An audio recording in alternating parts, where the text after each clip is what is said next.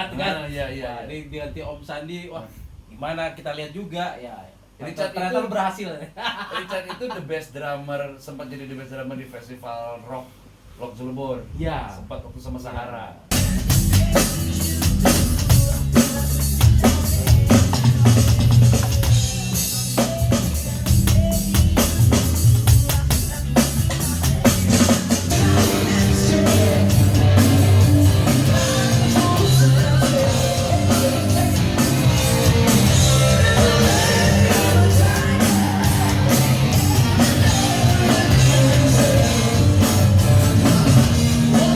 Terima kasih sudah klik video ini. Tapi jangan lupa bro and sis, klik tombol subscribe. Karena subscribe itu gratis. Kamu subscribe, kamu support kami untuk memberikan inspirasi untuk bro and sis. Ingat, subscribe itu gratis. Setuju? Klik subscribe sekarang juga. Selamat menonton. Bro and sis, kembali lagi sama gua Nabil. Gue sekarang lagi menuju atau bertandang di rumah Om Sandi Pas Band. Kali ini gue lagi mau ngobrol santai, mengulik atau apa namanya bro? Selain mengulik ya, ngobrol ya, bercerita tentang kisah kasih di sekolah. Wah salah. Kisah true story-nya Om Sandi dari kecil sampai menjadi drummer terus jadi penyiar di iRadio. Nah, perlu tahu ikutin kita terus di channel YouTube Rumah Inspirasi TV. Sebelumnya jangan lupa subscribe channel YouTube kami dan tanda loncengnya diaktifkan supaya teman-teman selalu mendapatkan informasi tentang kami.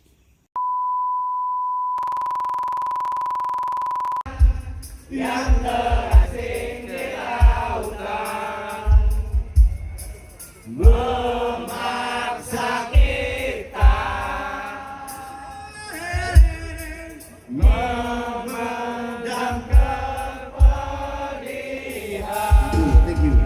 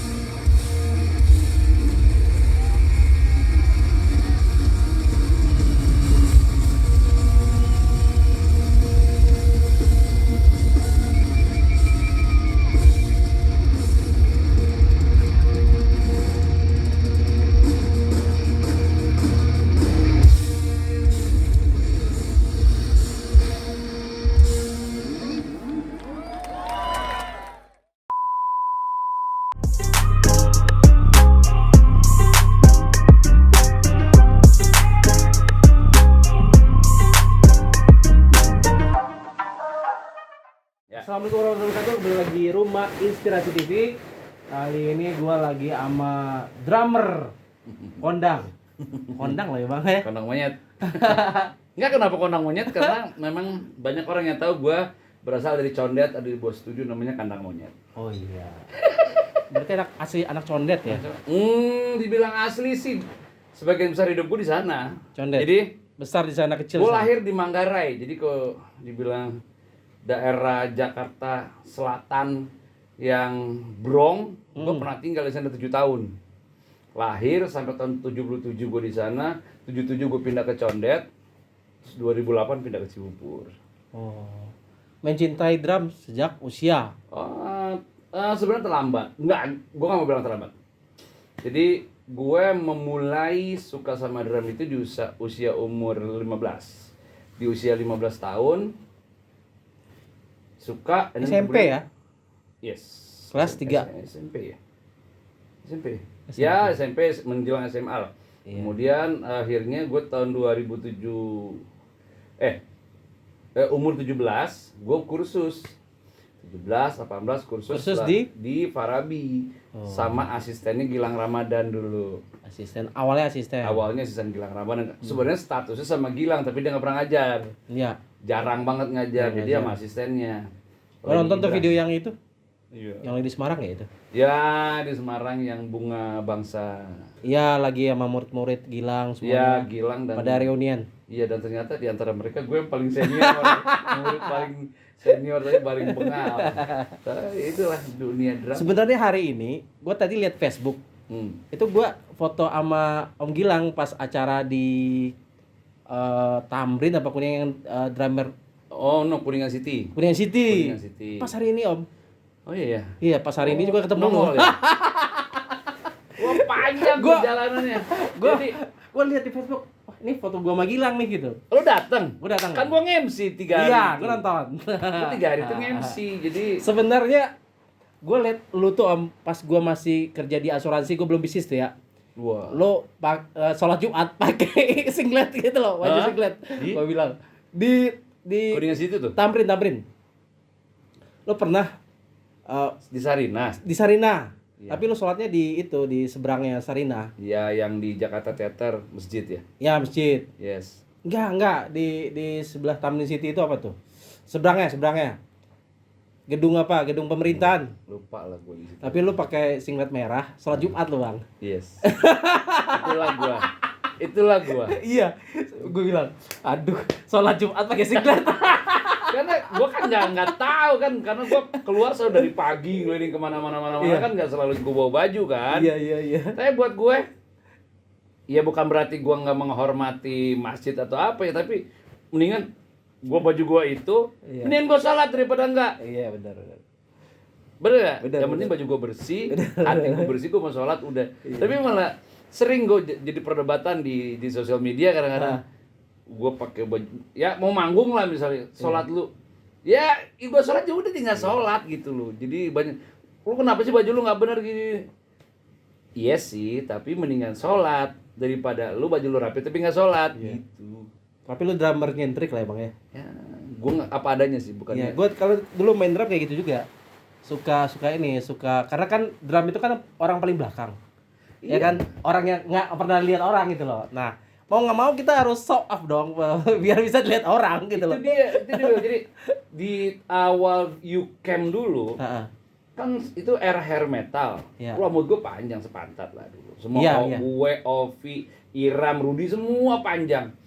Dan era itu era dimana band yang lu bilang tadi, drummer itu adanya di belakang dan Di belakang. kadang-kadang nggak kelihatan. Nggak kelihatan. Nico McBrain, Lars Ulrich itu drumnya itu tom-tomnya nutupin muka. Iya, Dari depan orang nggak tahu nih siapa. Apalagi era itu kan era belum pakai kamera, betul. nggak ada LED gede di belakang Iya, kan. iya, Ya udah, betul. yang mau main kru juga orang nggak tahu. Nggak tahu. Nah, di era tahun 2000-an ya 97, 98 era mulai drummer-drummer ngelakuin sesuatu buat dia bisa lebih dikenal, point of attention gitu ya. Gue di tahun 2000 rambut gue warna-warnain tuh, masuk pas band Iya, kan? iya. Masuk pas band, masa style gue sama dengan waktu gue di UCamp, bedain apalagi pas band itu 4 orang dengan style yang beda-beda, liar semua di panggung, semua kan Trisno, ya Beng Beng, ya Yuki, wah semua loncat-loncatan. Kalau gue nggak ngelakuin sesuatu makin nggak kelihatan gue, orang Iya. makin nggak kenal. Iya. Akhirnya gue cat rambut gue pendek, ya nggak pendek banget sih. Terus gue pakai celana 5/8, terus pakai baju buntung lebih colorful, dan teknik itu, konsep itu akhirnya membawa hasil. Iya. Gue masuk di album 5, tapi banyak orang tahu, misalnya kalau ditanya pas band gitu, yang mana sih? Oh yang drummernya Sandi ya, oh yang drummernya Nyentrik ya. Iya. Gitu akhirnya, padahal Berarti lu berhasil bikin brand ya, Bang ya? iya, brand di dalam brand gitu. Brand di dalam brand. Brand Dan dalam brand. menurut gue itu jadi simbiosis mutualisme kan, buat gue juga menguntungkan, buat pas band juga menguntungkan kan gitu. Betul. Dan akhirnya gue termasuk gue Eno netral. Eno kan bukan pembentuknya netral. Iya. Tapi orang tuh netral yang yang drummernya Eno ya. Iya. Kayak gitu. Betul. Tadi kan belajar drum, terus les, terus langsung main band atau memang Waktu berapa habis lama kur- prosesnya habis punya kursus, band? Habis kursus. Ah. Gini. Unik sebenarnya waktu gue belajarnya sama pemain bass dangdut. Ah. Era itu pemain musik dangdut itu dia bisa keyboard, dia bisa bass, dia bisa sedikit drum dan lain-lain. Dia ngajarin kita, gue diajarin main keyboard, adik gue diajarin main drum, abang gue diajarin main gitar. Oke, anjing main keyboard nggak keren banget sih gue bilang. Laki main keyboard, enggak, gue mau belajar drum aja. Akhirnya gue diajarin drum. Terus gue masuklah Farabi gitu, masuk Farabi tahun 98, habis gue pulang haji tuh 98. Itu sekolah musik yang dulu the best banget The lah ya. best lah, Farabi. Farabi itu udah bayarnya paling mahal. Iya. Gue inget banget tahun 98 gue bayar kursus itu bukan 98, 88. 88 gue kursusnya, bukan 98. Tahun 88 itu gue bayar 80.000 kursus sebulan. Sementara yang itu masih mungkin 15.000, 25.000, itu 80.000. Iya. Udah 88 gue kursus itu terus gue bikin band, gue Abdi Slang, ya gue Abdi, Iram Yukem, terus ada dua pemain lain. Nama bandnya? Basis, namanya NMS. Oh. Terus gue bikin lagi band yang lain, bikin yang no. Sebelum itu gue bikin juga band namanya Warning. Gue bikin sama Rido. Itu gue Rido Slang, sisanya ya teman-teman lah ya, Paul dan lain-lain, gue lupa. Jadi gue sama Abdi sama Rido pernah di satu band tapi berbeda bandnya gitu. Gue sama Rido satu band, bubar, bikin lagi sama Abdi, terus nggak jadi rekaman juga, udah banyak bikin lagu. Masuklah gue tahun 91 gue masuklah di UCAM. 91 ya? 91 usia 21. Jadi tahun 91 itu jadi UCAM itu drummernya keluar. Drummernya keluar, gue gantiin. Itu di album pertama itu. Udah rilis album, udah tur. Gue bilang, gue pengen belajar lagi ya, gue ngerasa ilmu gue belum cukup nih gitu. Gue kursus lagi sama Gilang. Gil, gue private lah, gue gak mau di Farabi, di rumah dia akhirnya cuma 8 bulan. 8 bulan gue kursus, udah akhirnya manggung. Mulailah ngajar di di rumah. Ngajar di rumah, gue bikin di rumah dengan kurikulum yang asal-asalan. Itu di Condet, kandang monyet itu gue bikin. Karena gini Om, Bang, adik gua itu pernah belajar sama lu. Amer namanya, tapi Tahu Amer gue tahu. Tahu Amer kan? Tahu. Abis itu dia Amer tuh Awal-awal gue ngajar itu di situ. Oh iya. Di kandang monyet. Jadi Amer belajar itu, habis itu dia ngajar di Gilang. Oke. Itu adik kandung, Bang. Oh iya, Adik kandung gua. coba tanya. Dia seangkatan sama siapa? Karena gue angkatan awal mungkin yang kemarin posting di Instagram tuh Yudi Dado. Dia sekarang jadi sound engineer, jadi drummer Wizkid. Terus murid gue lagi Andian Gorus. Terus Aritip X. Jian Fialsa. Terus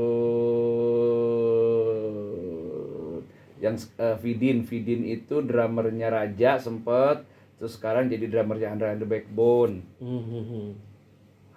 Gue lupa, banyak Iya. Jadi ada yang ngajar, ada yang ngeband gitu. Seru di Condet itu. Akhirnya setelah gue bikin sekolah bukan sekolah Condet, sih, tempat kursus di Condet. Tahun 96 pertama kali gue mengajar di sekolahan Cik Musik Ya. Cik Musik pertama kali tahun 96 di Rawamangun. Terus tahun 97 gue ngajar lagi di Cik Topas. Cik juga. Besarnya dulu di Rawamangun kan? Rawamangun. Terus gue ngajar lagi di lantai 5 Cik Mall Ciputra. Grogol. Topas Musik namanya. Udah, habis itu tahun 99 gue bikin sendiri di Depok. Namanya Ritmik Musik. Iya. Udah dengar. 2 tahun gue bikin situ. Wah, kontraknya gila-gilaan naiknya, gue pindahin ke Condet semua. Gila di Condet udah sekarang ngajar gue di sini aja cuma hari Rabu. Dan ngajar terbang. Iya. Jadi gue sebenarnya kenal lu Bang, kenal lu itu di pas band. Oke. Di UCAM sih karena gue pas band tuh gue iya, Terus pas Richard keluar lu gantiin kan? 99. 99 kan? Itu direkrut atau di apa sih? Di Nah, mana ceritanya, diajakinnya gimana awalnya? Gue tuh orang yang sangat meyakini bahwa ucapannya Om Setiawan Jodi waktu itu bahwa kemampuan lo hanya membantu lo 50%, sisanya adalah kemampuan lo menjaga network. Dan itu benar. Jadi menjaga network itu bukan cuma sekedar ucapan, karena itu konsekuensinya juga besar banget. Lo harus menjaga attitude. Attitude itu juga gede juga. On time, kepuasan orang yang berikan kepercayaan buat lo. Kan gue tuh gitu. Kalau gue manggung atau menerima pekerjaan apapun, gue dikontrak misalnya, lo ngerjain 5 pekerjaan ya, gue kerjain 10 pekerjaan. Gue kerjain tuh. Karena buat gue honor gue itu bukan yang utama. Buat gue adalah kepuasan lu karena udah meng-hire gue. Itu utama buat gue, dan itu terbukti. Gue nggak pernah mau ngecewain orang. Terus di tahun 99 Richard keluar, manajernya Denny MR itu nyari gue. Manajernya pas band. Yang dia kenal drummer era itu siapa ya gitu. Kontak gue. Nah, San bisa nggak gantiin Richard nih? Richard keluar. Ada 14 lagi konser yang belum diselesaikan sama pas band. Gue nggak langsung terima. Kenapa? Karena gue harus izin dulu sama anak UCAM. Itu etikanya gue mesti jaga. Iya dong. Bilang sama anak UCAM, nih gue ada tawaran dari pas band. Dia suruh ngegantiin sebagai additional drummer. Boleh atau enggak? Kalian gimana? Anak-anak UCAM ini banget gitu. Udah, go ahead silakan. Toh UCAM juga lagi vakum kan. Hajar gitu. Udah, akhirnya gue gantiin. Itu prosesnya juga lumayan berat tuh. Karena bukan masalah teknik dan lain-lain ya, karena musiknya UCAM sama musiknya pas band berbeda, jauh. Perbedaannya jauh banget. Dan gue punya, kalau UCAM kan lebih ya hard rock. Ya. Kalau pas band lebih modern rock lah ya. Dan kita punya manajer yang super pelupa. Jadi gue cuma punya waktu 2 minggu. Mas Denny kirimin materinya buat gue hafalin. Ada berapa lagu? 20 lagu lah. Dari 4 album itu 20 lagu lah hafalin. Gue tunggu nggak dikirim-kirim. Era itu kan era kaset kan. Iya. 99 itu masih era kaset, CD juga masih jarang. Iya. Gue tunggu, anjing nggak datang. Gue mau ngapalinnya gimana kan? MP3 nggak ada, YouTube nggak ada saat itu kan. Ya udah, gue langsung ke Duta Suara Sabang, gue cari kaset yang ada lagu-lagu yang disuruh kan. Oke, udah gue hafalin cuma seminggu. Konser pertama di Tangerang, gue inget banget tuh. Tapi itu nggak latihan, langsung konser. Latihan. Akhirnya seminggu gue hafalin, latihan baru main. Jadi itu manggung yang nggak ketawa. Karena apa? Karena mikir mainnya. Iyalah. Mikir udah panggung pertama aman, kedua aman, 3 aman, udah terus.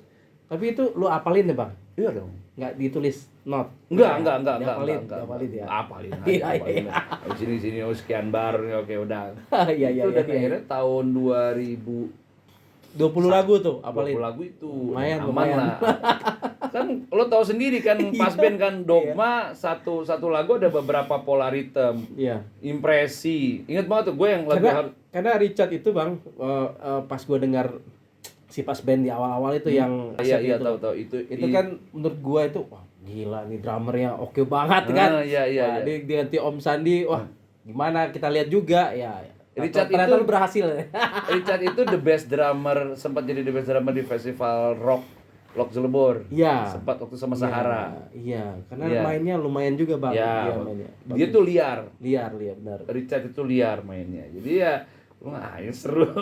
Ya makanya dengan 20 lagu lu bisa nyimbangin itu berhasil berarti. Iya, mainnya mikir, oke udah selesai 2001 akhirnya baru rekaman lagi pas band yang sama Tere.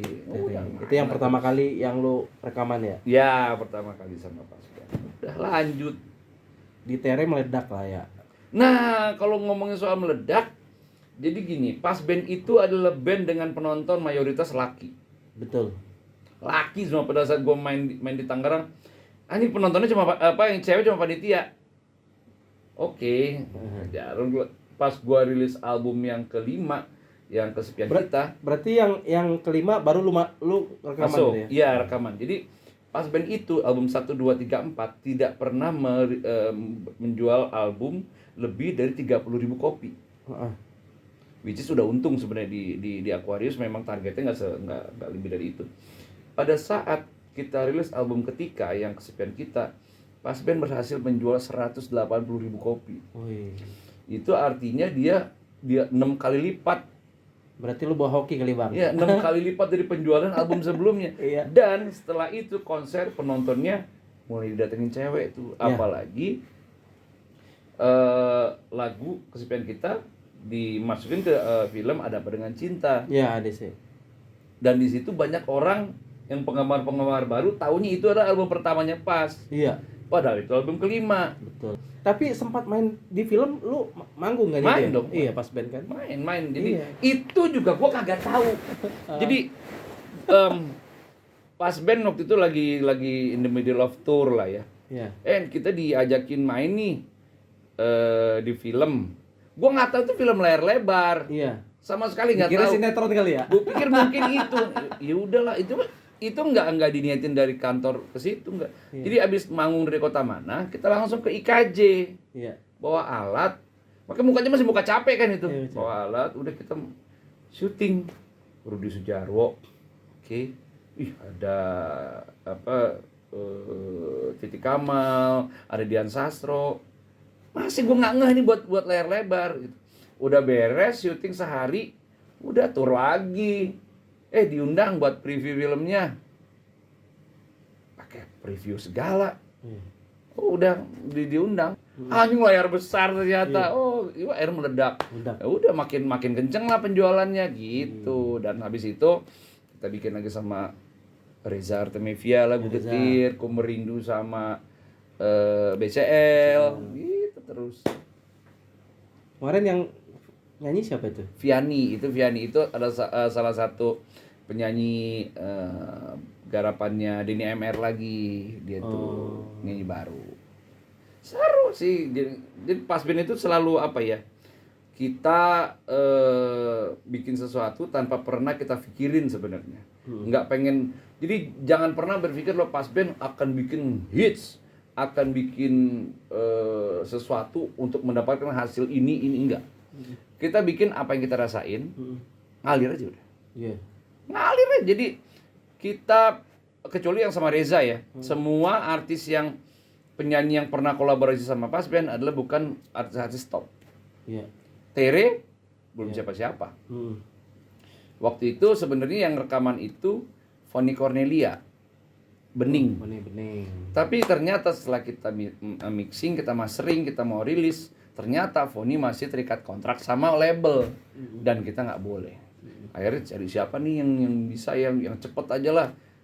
Aquarius ternyata punya Tere, udah kita bareng. Dan ternyata hoki di situ. Terus kita bikin lagi yang Ku Merindu, yang sama BCL. Pas bikin sama BCL, itu Beng Beng yang punya kelakuan tuh. Ingat dulu tuh zaman-zamannya tabloid. Iya. Iya kan tabloid. Biasa lah kalau lagi rekaman baca-baca tabloid, ada tabloid pulsa lah, ada tabloid gosip lah, nyata dan lain-lain. Kita ini yuk cobain rekaman sama Bunga yuk. Bunga siapa? Itu yang main sinetron. Sinetron. Emang dia bisa nyanyi? Iya. Ikan anak-anak emang dia bisa nyanyi? Enggak nih, ada nih di tabloid. Dia bilang gue lebih pede kalau disuruh nyanyi dibanding suruh acting di depan kamera. Risikonya kalau dia jelek gimana? Ya tinggal hapus. Iya. Ya kan, udah panggil. Gitu dong. maksudnya. Waktu itu memang belum ada teknik yang gimana gitu dari BCL, tapi karakter suaranya tebel. Udah, bagus nih, udahlah. Ternyata hoki juga, meledak lagi lagu itu. Udah, besokannya kita sama Reza, itu juga penuh dengan drama juga kan. Kita rilis. Minggu depan syuting klip ya. 5 hari kemudian dia hilang. Ingat kalau yang dia hilang yang ke Sukabumi. Betul. Anjing. Gimana? Ya udah. Terus nggak ada dia di video klip. Video klipnya ada video. Pas sorry. Abis syuting video klip kita mau promo, hilang. Hilang ya. Gimana nih? Mau promo Rejanya kagak ada. Oh iya. Sementara lagu itu kan yang lagu yang diunggulinnya itu. Seru lah perjalanan Pertama kali sama pas band sebenarnya gue berwarna banget. Berapa tahun sama pas band ini? 2000 lah, 22 tahun. Iya. Udah Panjang gede. ya? Kalau ibarat anak udah kuliah itu mah ya. Iya. 22 tahun gue sampai sekarang sama pas band dengan penuh dinamika yang gini. Gue akhirnya meyakini bahwa band yang sering berantem adalah band yang sehat. Oh. Kalau band yang adem ayem adalah band yang nggak sehat karena nggak ada diskusi, nggak ada pertengkaran dalam konteks positif ya, kacamata positif ya. Kan pada saat lo mau bikin album pasti yang ini pengen ini, yang ini pengen ini, pengen digini. Akhirnya berantem tuh. Dan menurut gua itu sehat gitu. Sehat. Kan ada band yang gua nggak usah sebut nama bandnya, cuma pemain keyboardnya doang yang dia bikin lagu, dia yang jadi music director, oke lo main bass, oke lo main drum, oke lo main, udah kelar ya dia udah. Jadi one man show, jadi nggak ada Nyawa. bandnya nggak ada, jadinya nyawa Nyawanya, bandnya nggak iya. ada gitu. Karena yang tahu si A inilah ya. Dan selalu tahu di pas band Bang Bang itu pernah keluar, Heeh. Yuki pernah keluar, Heeh. oh Richard udah keluar lah tahun 99 kan. Jadi ini belum tahu. Jadi buat gue ini adalah sejarah. Bahwa pas band itu pernah ada di masa di masa terburuknya dia. Tapi itu jadi pelajaran buat kita buat bikin kita tambah lebih kuat, lebih dewasa lagi. Bang Bang itu pernah manggung sama pas band dengan status additional gitaris. Oh gitu. Di Hellprint, gue lupa tahun berapa, di Hellprint Bandung. Pas dia bikin album sendiri ya, Bang Bang itu keluar. Enggak juga. Dia Kan dia pernah bikin album sama Sinta. adiknya ya? Oh itu mah udah lama, itu mah enggak ada masalah. Pas band itu adalah band yang paling apa ya? Kita sangat mensupport kreativitas para personilnya. Yuki bikin Tendo Star, sama Richard bikin silakan. Trisno bikin sama Andi Apau dan lain-lain dia bikin, Bang Bang bikin gitu. Nggak ada masalah. Ya, selama rumah utamanya adalah pas band. Oke. Itu. Alirannya apa tuh? Uki sama Richard. Yuki itu modern, mau dibilang modern rock, ada art-artnya juga. Ya colornya mirip-mirip pas band sebenarnya. Mirip-mirip, cuman emang nggak tahu karena hokinya nggak dapat kali ya, nggak naik albumnya gitu. Oh iya. Karena nggak pernah dengar. Makanya gue tanya tadi. Lu nggak denger. Tendo Star belum denger. itu bandnya Yuki sama Richard. Sama Emplay sama adiknya si Ahmed Sebastio. Iya. Itu yang main bass. Nah, ini pas band ini Bang, maksudnya apa plannya di tahun-tahun ini lagi nih? Mau Pas bikin band album lagi? baru rilis Album jadi ya? buat yang lagi nonton konten ini, Pas Band itu sudah merilis album ke-10 yang isinya 4 lagu. Ada Berupa CD atau? enggak, digital aja. Digital. It's All About You, judulnya Friendship, Pemberani, dan oh my god, satu lagi. Lupa. Berarti di YouTube musik udah ada ya? Udah ada. Ntar gue cari ya. Sesungguhnya ada judulnya juga. Sesungguhnya. Itu bisa lihat ya. Gitu. Jadi kita rilis album, terus justru di masa pandemi ini, masa pandemi kemarin itu gua dan ya teman-teman kita coba bikin konten karena kita tidak memungkinkan kita juga untuk ketemuan kan gitu. Kita rilis album pun online, kemudian bikin klip juga itu di masa pandemi dan akhirnya udah rilis gitu. Dan terbukti gitu bahwa Pas Band pada saat pintu konser dibuka kita udah bisa tur lagi gitu. Nah, Om Sandi, filosofi hidup apa? Normatif sih sebenarnya. Gue hidup sekali, Iya. gue harus bisa bermanfaat buat orang banyak. Satu itu, bermanfaat buat orang banyak. Dan gue tidak boleh berbuat apapun mengharapkan pamrih. Buat gue berbuat baik sama orang, Jadi berbuat baik aja. lakukan seikhlas. Seikhlas aja. Iya. Tapi kalau ternyata ada balasannya apapun itu bukan karena yang gue lakuin, tapi itu sebagai bonus dari Allah aja udah. Iya. Gitu. Jadi gue hidup sekali, bermanfaat buat orang banyak, walaupun gue harus lebih capek, buat gue itu fine karena gue dapat apapun ini gratis dari Allah kan. Iya. Kemampuan gue ya hidup gue gitu, dan gue harus menjaga amanah dari Allah dengan mungkin karena usia gue sekarang udah di atas 50, yang di kepala gue adalah sekarang gimana ngedidik anak-anak gue untuk bisa mereka menikmati hidup mereka dengan potensi yang mereka punya, bakat yang mereka punya.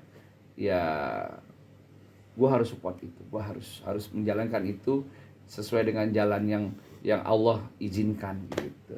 Ada plan lagi nggak menurut abang nih mau di tahun 2002 nih? Misalkan sekarang kan band udah nih, bikin album udah, bisnis sudah, atau ada ide lagi nggak yang Gini, mau dilakukan? gini, era pandemi itu mengajarkan saya dan mungkin banyak orang untuk matanya terbuka lebar gitu, bahwa ternyata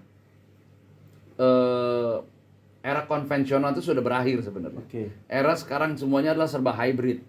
Oke. Ya, kita bisa lihat konser-konser dipenuhi oleh banyak orang sekarang. Tapi bukan berarti yang menikmati itu adalah buat yang di situ doang, enggak. Iya. Kayak lihat kemarin PRJ kan, Iya. yang nonton di YouTube ratusan ribu yang nonton. Iya. Banyak banget yang nonton. Itu artinya apa? Bahwa lu bikin sesuatu sekarang tuh udah nggak ada border lagi. Lo bikin konser di Jakarta yang nonton bisa worldwide, Betul. seluruh dunia, dan itu Dunia. bisa menghasilkan duit nggak? Bisa. Bisa.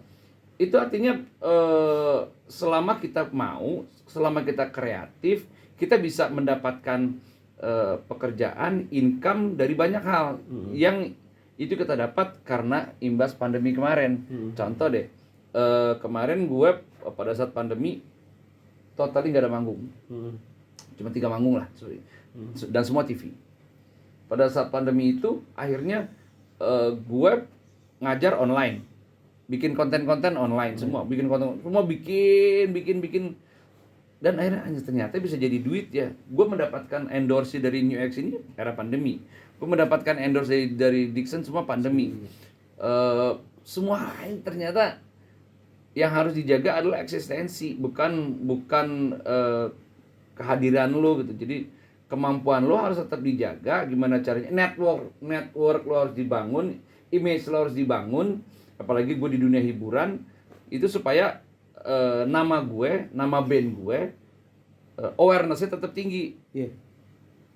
Harus tetap tinggi itu. Jadi pada saat sponsor mencari orang-orang buat konser dan lain, oke, gue mau bikin konser di Bali, nama pas band nongol tuh di situ. Jangan siapa ya, nggak gitu. Dan itu kan butuh effort buat kita ngejaga itu kan gitu.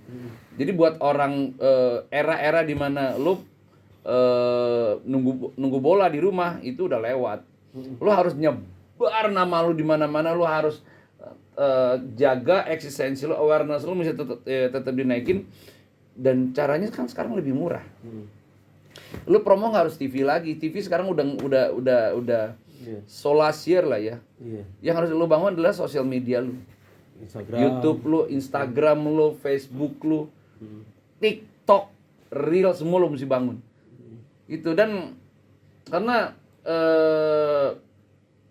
lo harus tetap itu dari eksistensi sama awareness itu, Dan itu penting banget. Follower Instagram lu lebih banyak bang daripada personel. Oh iya, iya. Gua 246.000, personil pas band 20 ribuan. Iya. Ya, dan buat gue itu sebuah, harus dilihat dari kacamata yang positif, itu menguntungkan pas band kan. Iya.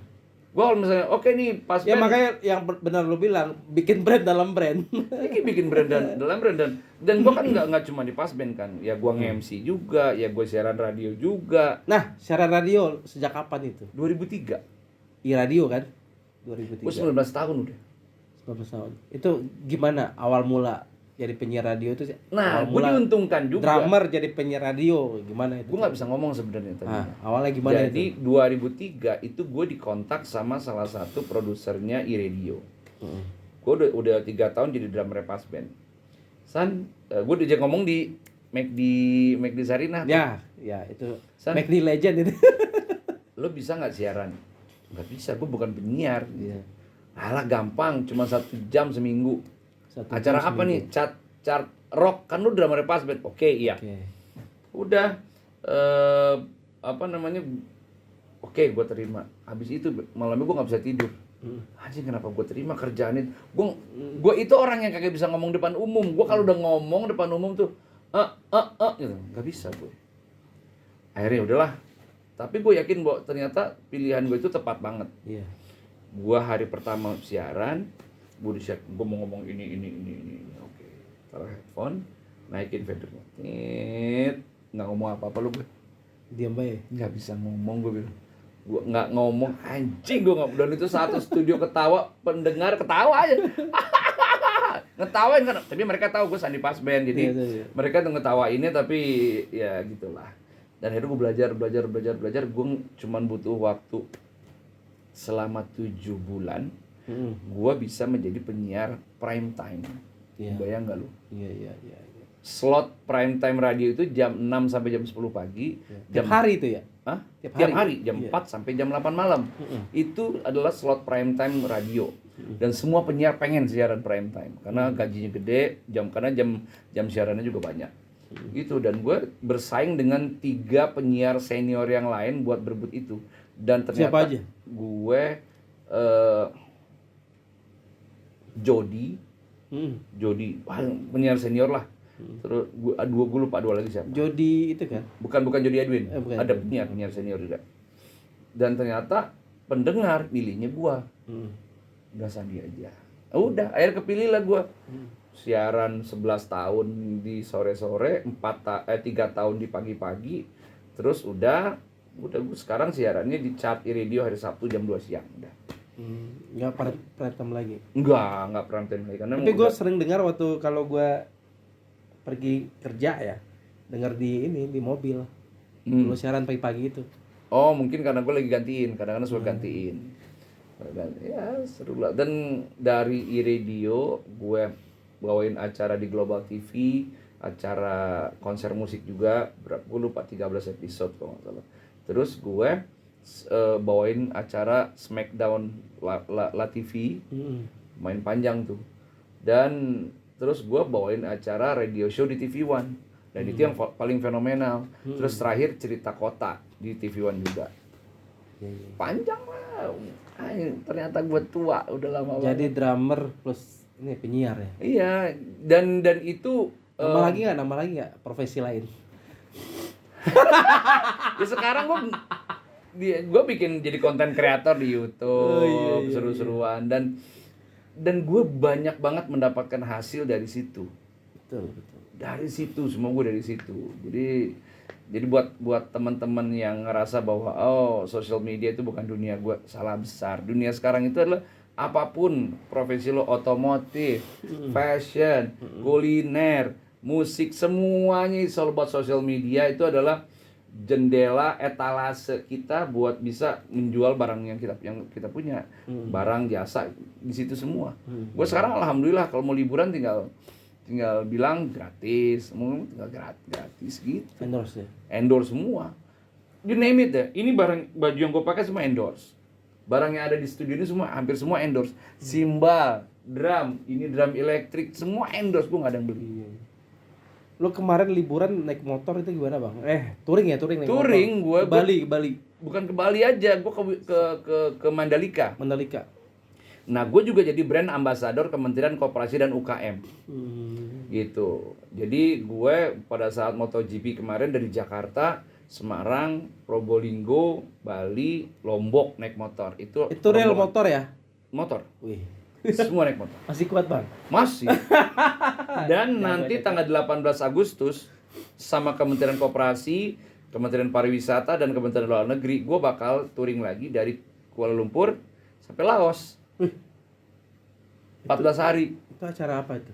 Ini promo UMKM, promo pariwisata, dan kita akan bikin acara di kedutaan besar di sana. 18 Juli besok. Nah sekarang usia nih udah kepala 5 atau 5 sekarang. Gue kan tahun 70, gue sekarang. Tapi masih energik ini gimana menjaga rahasianya itu gimana sih?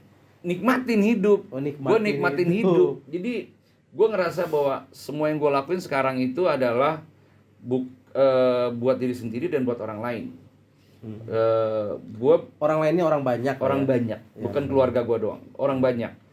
Gue dan itu juga konteksnya adalah gue untuk melebarkan network. Gue main mobil, Nafwan, makin banyak temen. Gue main sepeda. Setiap kali main sepeda sama teman-teman gue, main sepeda tuh ke Klangon, Bambulen, ke Ubud.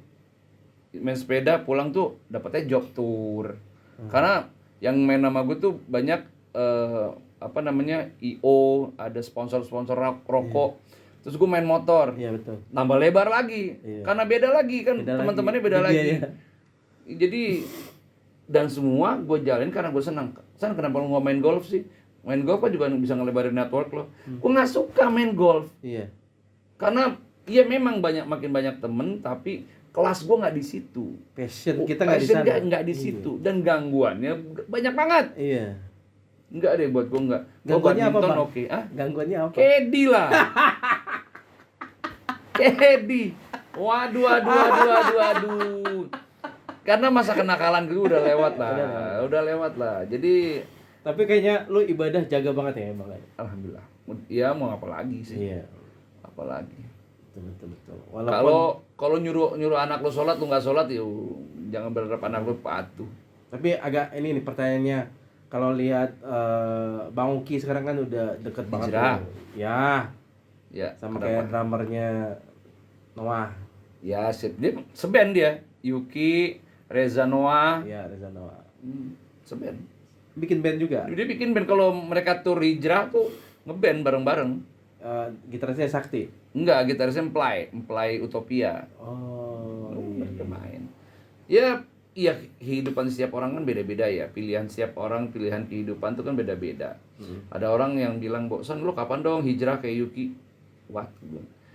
Kapan lu mau 4 hari 3 hari atau 4 hari di masjid lagi? Ya, 3 hari. 3 hari ya. 3 hari, Bang. Terus kapan ikutan ke Pakistan, Bangladesh? Ibadah nggak itu doang, lu bilang. Iya, betul. Gitu, pilihan orang nggak itu, nggak semua. Hijrah itu bukan itu esensinya, gua bilang. Esensi hijrah itu adalah di sini, gue bilang. Iya. Jadi kalau gue adalah gue perbaikin dulu gue dan keluarga gue dulu nih, internal dulu. Ini udah beres baru ke orang lain gitu. Dan gue nggak mau menyalahkan orang lain. Orang lain mau bagaimana pilihan kehidupannya dia, gue cuman ya kalau teman dekat gue kasih tahu, tapi kalau nggak mau denger ya sudah gitu. Bukan yang harus gue harus merubah cara berpakaian, gue harus merubah cara berbicara gue. Enggak, gue is gue gitu. Ya kayak lu bilang tadi, lu kan bisa menyimpulkan lu ngejaga banget ibadah lu ya. Gue nggak pakai gamis lo, gue nggak pakai ini lo. Tapi ya gue dengan kalau lagi touring nih, setiap kali waktu sholat ya di masjid sholat, sholat Jumat ke masjid, di SPBU sholat, ada musola. Buat gue itu jauh lebih terlihat, syiarnya lebih efektif gitu loh buat Iya. Oh iya, gue baru ingat nih gedungnya. Gedung BPPT. Oh iya, BPPT ya. Ya, gue lihatnya di sana. Oh, ini rocker masih jaga agamanya, sholat Jumat walaupun pakai singlet ya. Karena di gedung BPPT itu gue manggung. Manggung ya waktu itu. BPPT itu adalah gedung yang sering dipakai buat panggungnya drummer. Oh iya. Acara gue sama Greg Bisonet, drummer David Lee Roth di situ, Omar Hakim di situ, Grant Collin di situ. Kan gue sering ngedampingin mereka kan, itu fotonya tuh. Itu William Calhoun, drummernya Living Colour. Terus juga yang itu bawa Greg Bisonet. Ada lagi itu drummernya Sting tuh, Omar Hakim. Itu BPPT semua. Lo nggak bikin coaching klinik lagi, Om? Coaching klinik bikin sama New X. Kapan? Lagi sering bikin sama ya dalam waktu dekat itu Medan, terus Batam. Itu Kerawang. Ya. Banyak sih kalau sama New X sih bakalan banyak. Drummer yang lo suka di Indonesia siapa? Oh, banyak. Gua suka sama Rere, Grass Rock. Itu gue suka banget. Karena sama Bang. Soundnya dia itu sound ada di tangannya. Dia pakai drum busuk sekalipun yang keluar banget soundnya dia. Terus Gilang Ramadan, guru gue, terus Yoyo Padi gue suka. Ray Prasetya gue suka, banyak lah yang suka. Jadi emang Setia drummer apa gitu Bang? season playernya dia Agnes Monica, dia Agnes Mo, ya. dia BCL juga dia. Kalau luar negeri Oh, luar negeri Greg Bisonet gue suka. Greg Bisonet, Pat Torpy almarhum, Tropi. Mr. Big, terus Nico McBrain-nya Iron Maiden gue suka, dan Mahaguru Neil Peart dari Rush itu gue suka banget. Simon Philip nggak suka lo? Simon Philip nggak terlalu suka. Nggak terlalu Dennis Sember gue suka, Dave Weckl gue suka. Oke. Itu Mike Portnoy Mike Portnoy gue nggak terlalu suka. nggak terlalu suka. Kenapa? Kenapa? Karena pertama kali gue mendengar Mike Portnoy main itu pada saat dia main buat tribute to Rush. Dia mainin lagu-lagu Rush. Anjing maininnya ya karakternya seperti Rush. Jadi buat gue, ya ngapain gue dengerin Mike Portnoy? Gue dengerin Rush-nya aja, Neil Peart-nya gitu. Karena ya selera sih. Tapi murid-murid gue pada saat belajar, kamu suka siapa? Sukanya Mike Portnoy. Oke. Iya. Justru gue Toto gue seneng Jeff Porcaro-nya gue suka. Jeff Porcaro ya. Drummer Bukan Simon Philip-nya ya. bukan Simon Phillips. Oke. Oke, itu aja sih Bang.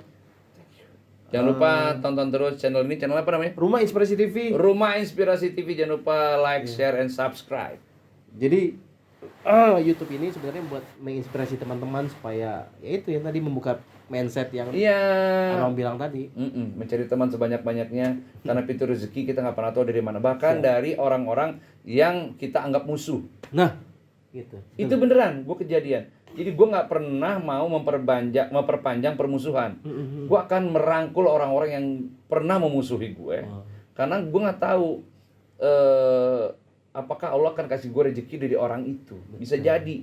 Dan itu terbukti. Ini gue udah buktiin sendiri. Gitu. Jadi ada orang-orang, bahkan orang yang pernah memusuhi gue tuh kaget. Anjing, Sandi masih mau main kemari gitu. Yes. Buat gue musuh satu udah kebanyakan, teman 1000 itu kurang. Betul. Gitu deh. Capek ya? Capek. Thank you, Bang. Thank you. Waduh, jam Pas 2. 14.44. Gue mesti jemput anak gua.